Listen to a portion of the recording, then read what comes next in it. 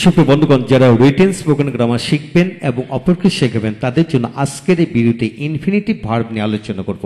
হ্যাঁ বন্ধুগণ, ইনফিনিটিভ ভার্বের ইংরেজিতে টোটাল 63টি গঠনের ব্যবহার রয়েছে। আজকে সেখান থেকে আমরা 43 নম্বর নিয়মটি নিয়ে আলোচনা করব। হ্যাঁ বন্ধুগণ, ইতিমধ্যে 1 থেকে 42টি নিয়ম নেই এইভাবে ভিডিও করে আমরা ফেসবুক ইউটিউবে দেওয়া হয়েছে, সেগুলো দেখুন। প্রতিটি ভিডিও আপনাদের কাজে আসবে এবং ভালো লাগবে। এছাড়া আজকের এই ভিডিওটি Khan method a complete book of written spoken English grammar এই বই থেকে নেওয়া হয়েছে। এই বইটির ওপর ইতিমধ্যে টোটাল মিলে 750 অধিক ভিডিও লেকচার তৈরি করে ফেসবুক ইউটিউবে দেওয়া হয়েছে, সেগুলো দেখুন। এছাড়া একসাথে সকল ভিডিওগুলি পেতে আমাদের সাথে যোগাযোগও করতে পারেন।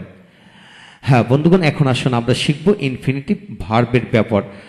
43 নম্বর অর্থাৎ টু ডু। টু ডু এর অর্থ হচ্ছে করার, করার, করতে, করার জন্য, করার কারণে। টু রিড পড়া, পড়ার, পড়তে, পড়ার জন্য, পড়ার কারণে।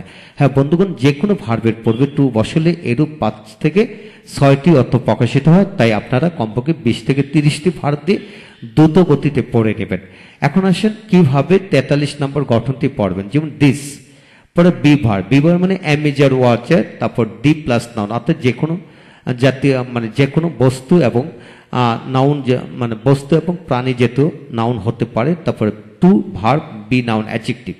লক্ষ্য করেন কিভাবে পড়বেন। যেমন this is the chair to sit, এই চেয়ারটি বসার জন্য। This is the bus to go, this is the bus to go. This is the shirt to buy, this is the shirt to buy. এইভাবে আপনি this is the shirt, the car, the chair, the cot মানে খাট, this the house, this is the house two late. এভাবে আমরা যে কোনো বাক্য তৈরি করতে পারি। এখানে আপনার কাজটা হলো যে এই চেয়ারটি বসার জন্য, এই গাড়িটি যাওয়ার জন্য, এই রিক্সাটি চালানোর জন্য, এই খাবারটি খাওয়ার জন্য। This is the food to eat, this is the food to eat. This is the mango to sell, এই আমটি বিক্রি করার জন্য। This is the T to sell, এই গাছটি বিক্রি করার জন্য। দিস ইজ দ্য এখানে this is the pen to write, এই কলমটি লেখার জন্য, এই কলমটি লেখার জন্য। This is the mobile to use, এই মোবাইলটি ব্যবহার করার জন্য।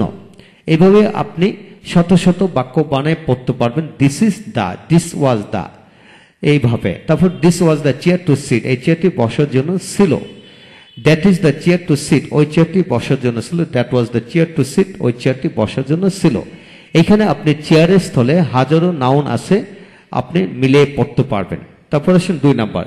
This is the milk to drink, এই দুধটুকু পান করার জন্য। This is the T to drink, এই চাটি পান করার জন্য। This is the milk to sell, এই দুধটি বিক্রি করার জন্য।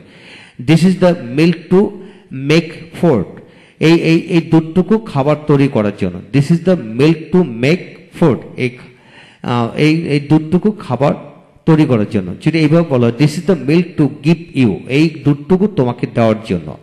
This is the milk to give you, এই দুধটুকু তোমাকে দেওয়ার জন্য। হ্যাঁ বন্ধুগণ, একটু খেয়াল করে পড়লে কিন্তু রপ্ত হয়ে যাবে। তারপর this is the bus to go to Dhaka, এই বাসটি ঢাকা যাওয়ার জন্য। This is the car to go to Dhaka, এই গাড়িটি ঢাকা যাওয়ার জন্য। যদি নেগেটিভ করে পড়েন, this is not the bus to go to Dhaka, এই বাসটি ঢাকা যাওয়ার জন্য নয়। এই বাসটি কি ঢাকা যাওয়ার জন্য নয়। This is not the bus to go to Dhaka. যদি এইভাবে পড়েন, যেমন this is the bus not to go to Dhaka, not to go to Dhaka, এই বাসটি ঢাকা যাওয়ার জন্য, না যাওয়ার জন্য। এই বাসটি ঢাকা না যাওয়ার জন্য। এইভাবে বাক্য তৈরি করতে পারে। This was the food to eat, এই খাবারটি খাওয়ার জন্য ছিল, এই খাবারটি খাওয়ার জন্য ছিল। This is the food to sell, এই খাবারটি বিক্রি করার জন্য ছিল। This was the food to give you, এই খাবারটি তোমাকে দেওয়ার জন্য ছিল। This was the food to this was the food to sell, এই খাবারটি বিক্রি করার জন্য ছিল।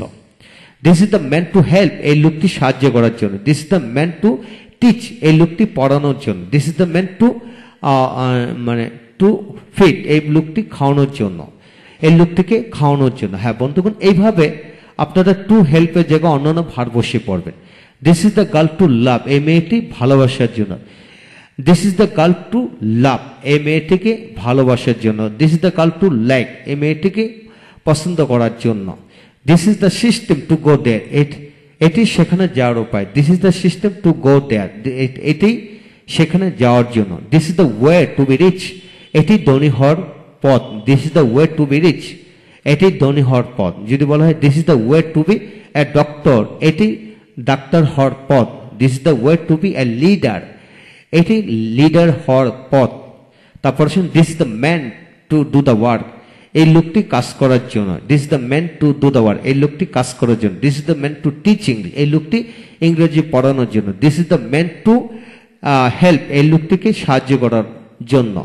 তো বন্ধুগণ, এইভাবে আপনি হাজার হাজার বাক্য কিন্তু ইচ্ছে করলে বানায় পড়তে পারবেন। তাই আসুন প্র্যাকটিস করুন, এগিয়ে যান। যদি আপনি রিটেন স্পোকেন গ্রামার রপ্ত করতে চান, অপরকে রপ্ত করাতে চান, শেখাতে চান, তাহলে আপনাকে 63টি গঠনের ইনফিনিটিভ ব্যবহার জানতেই হবে। তাহলে আপনি দ্রুত এগিয়ে যাবেন ইনশাল্লাহ।